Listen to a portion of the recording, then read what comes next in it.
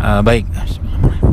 Jadi begini teman-teman sekalian, berkaitan dengan virus ini ya. Jadi memang sekarang ada beberapa laporan lah ya, bahwa ada orang yang datang dengan keluhan pencernaan, keluhan mah seperti itu, nyeri, dispepsia seperti itu. Kemudian di swab negatif, kemudian 3 hari kurang lebih setelah masuk itu tiba-tiba sudah penuh dengan rongki parunya, dan hari keempat tuh sudah wassalam. Nah, ini yang saya mau ceritakan, dan karena teman-teman di sini banyak yang berada di garis-garis depan ya, jadi mungkin saya akan kasih beberapa tips-tipsnya supaya teman-teman tetap waspada dan terjaga kesehatannya.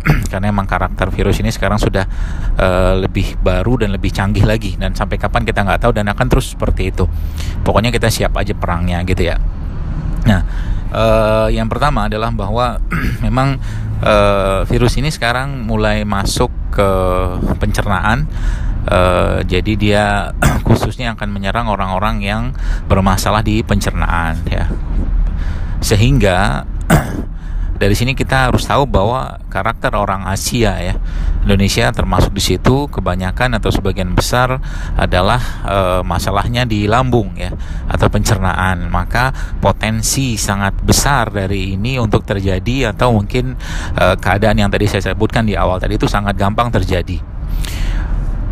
Sehingga ada beberapa hal yang mungkin teman-teman bisa lakukan sebagai langkah penguatan lambung ya dalam hal ini, dan penguatan tubuh secara umum pada dasarnya nanti. Yang pertama adalah jaga lambung ya. Jaga lambung ini berupa teman-teman, pertama hindari semua makanan-makanan terutama fast food ya. Udah pisah dulu sama fast food ya. Jangan ada fast food sama sekali lah masuk, karena itu sangat berat buat lambung. Itu pertama. Yang kedua, sebenarnya ada obat yang sangat baik untuk menjaga asam lambung ini, karena memang sebagian besar orang Indonesia masalah di lambung, dan itu sebenarnya bukan kelebihan asam klorida ya, tapi justru malah kekurangan hipoklorida sebenarnya. Nah, di sini kita bisa ngambil salah satu cara atau mungkin metode untuk memperbaikinya, yaitu dengan cara mengkonsumsi air tajin. Air tajin ini salah satu air yang sangat baik untuk memperbaiki asam lambung. Tapi kalau teman-teman agak repot, ada satu produk nanti mungkin saya share, tapi nggak sekarang, yang sudah jadian ya, itu isinya air tajin. Nah, air tajin ini bisa teman-teman buat ya dengan cara mengambil beras seperti biasa, kemudian tentunya beras yang bebas pestisida ya, beras organik ya. Itu diminum airnya 2 kali lah, atau sekali sampai 2 kali sehari. Kalau seandainya nggak mendapatkan air tajin atau beras, teman-teman bisa mengkonsumsi air tajinnya ubi ya, atau mungkin air tajin ubi singkong ya, ubi kayu kalau di tempat saya. Nah, itu bisa teman-teman minum juga airnya. Dan ingat, kenapa air tajin atau ubi ini bisa dipakai, karena kita butuh amilumnya ya. Kita butuh amilumnya untuk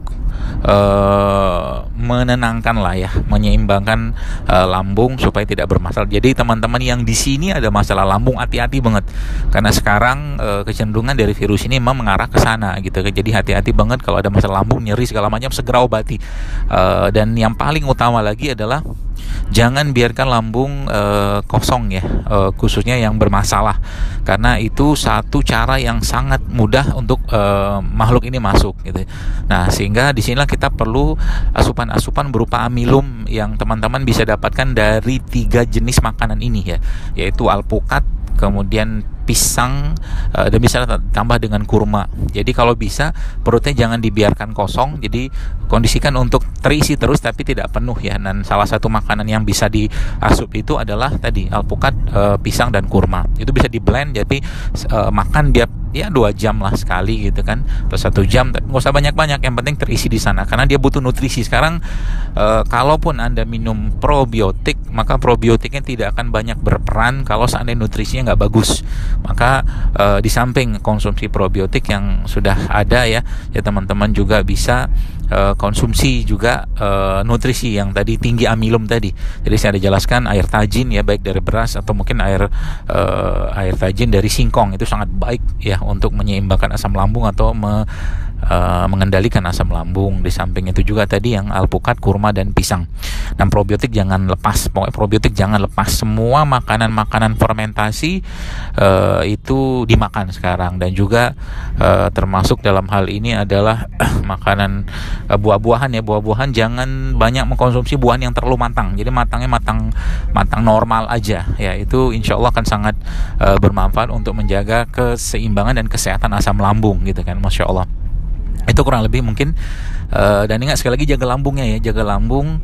Yang puasa silakan puasa ya, mungkin yang puasa sunnah ya, Senin Kamis atau segala macam itu.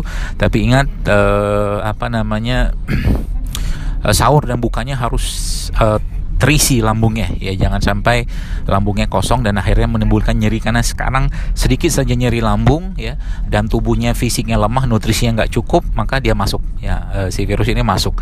Nah itu yang sekarang tren terjadi. Maka tadi ya mungkin saya jelaskan, pulse oximetry itu juga sangat penting sekarang, karena di swab pun sekarang kecenderungannya negatif gitu kan. Jadi teman-teman, dua hal penting tadi yaitu nutrisi dan probiotik itu atau simbiotik lah, itu sangat penting. Dan nutrisi yang terbaik saat ini adalah yang tinggi amilum ya, terutama yang berasal dari sayuran atau tumbuh-tumbuhan. Itu mungkin, dan semoga kita selalu dijaga Allah, dan semoga dijauhkan dari penyakit-penyakit khususnya virus ini gitu. Demikian mungkin, mohon maaf saya voice note. Terima kasih.